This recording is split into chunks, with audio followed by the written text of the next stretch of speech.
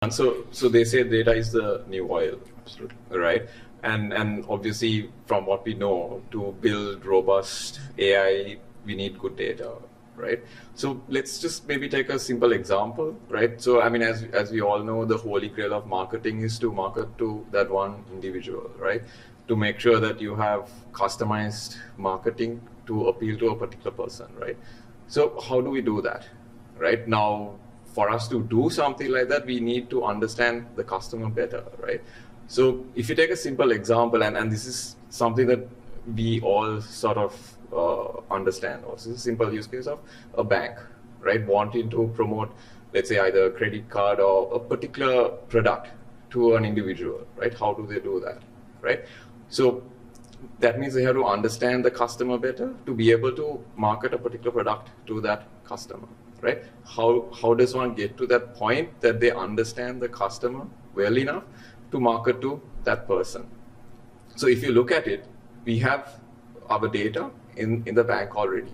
Some of it is in the core banking application. So we have our customer information. We have information about, let's say, the savings accounts, the current accounts, and if you have pawned something, that information is there. And also there's a very rich set of data that is coming from our credit card transactions, right? So now effectively there's two sets of data here, right? You have the customer data, which is what we call master data. That's a very descriptive set of data which describes the customer. So it'll have my age, my occupation, so many attributes like that, right? And then we have the transaction data. So that will, for example, have how often do I, let's say, withdraw money? When does my salary come in? How much is my salary? And then beyond that, we also have the transaction data coming in from the credit card transactions that we do, right?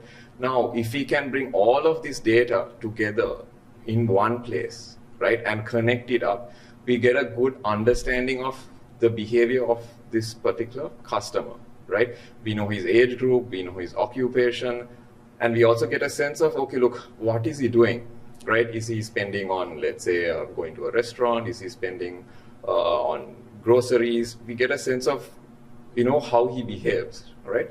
So now, once we get all of that data together, on top of that, we can build a lot of AI models to segment the customer and also do analysis as well.